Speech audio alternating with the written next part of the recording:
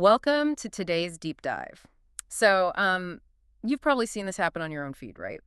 A creator gets absolutely roasted in the comments, and instead of fighting back, they just kind of agree. Oh, yeah. I mean, it's actually super common now. Right, and today we're looking at a translated screenshot of exactly that. It's this really tense YouTube comment exchange between a Danish creator and a highly critical viewer. And our mission here is to unpack how this one, micro interaction is just a perfect window into our modern anxieties about AI. And also the perceived hypocrisy of digital creators, not to mention this ongoing war against mainstream clickbait. It really is just a tiny digital artifact, but it reveals so much about the corner that content creators are backed into today. So right out of the gate, this viewer, whose handle is at PetaJ4752, just completely comes for the creator, at TraumaHack. Oh, they do not hold back. They really don't. The viewer claims the creator's life is sad and unhealthy because it's just entirely consumed by AI. Right. They actually call AI the creator's absolute truth and a religion. Wow.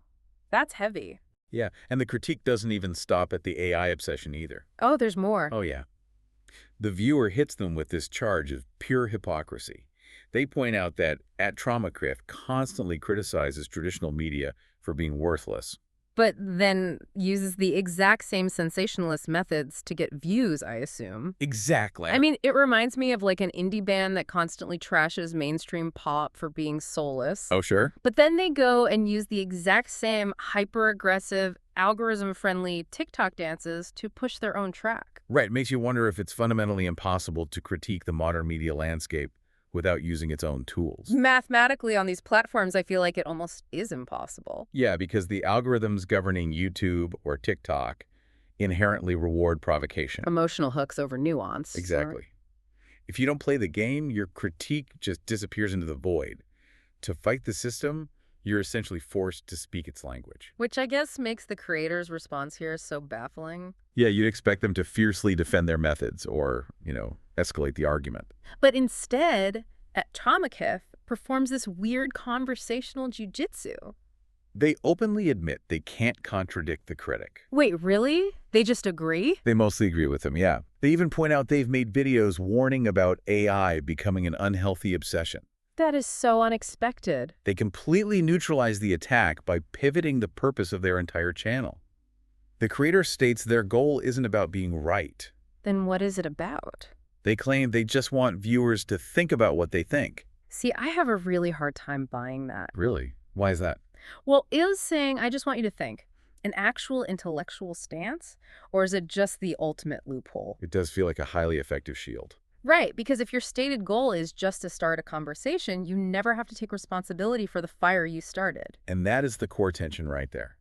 In a digital-first world, framing yourself purely as a provocateur of thought allows you to mirror the exact sensationalism you claim to hate.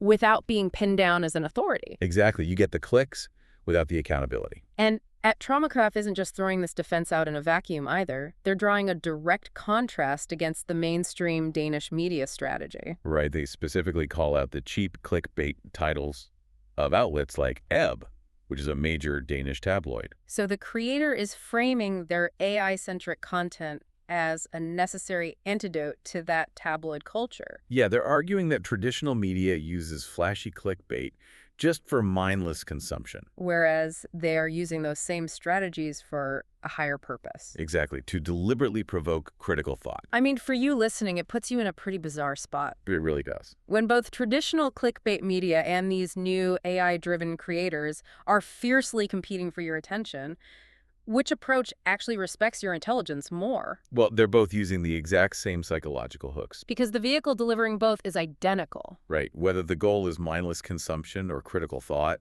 the underlying mechanism is still an attention economy. An economy that demands sensationalism to survive. So it's just a single comment thread, but it perfectly encapsulates this modern digital tug-of-war. Yeah, we're terrified AI might become an unhealthy religion dictating our lives, but we also completely distrust the traditional media establishment that used to tell us what to think. Which leaves you, the viewer, trying to navigate a space where critique and hypocrisy are incredibly hard to tell apart. So true.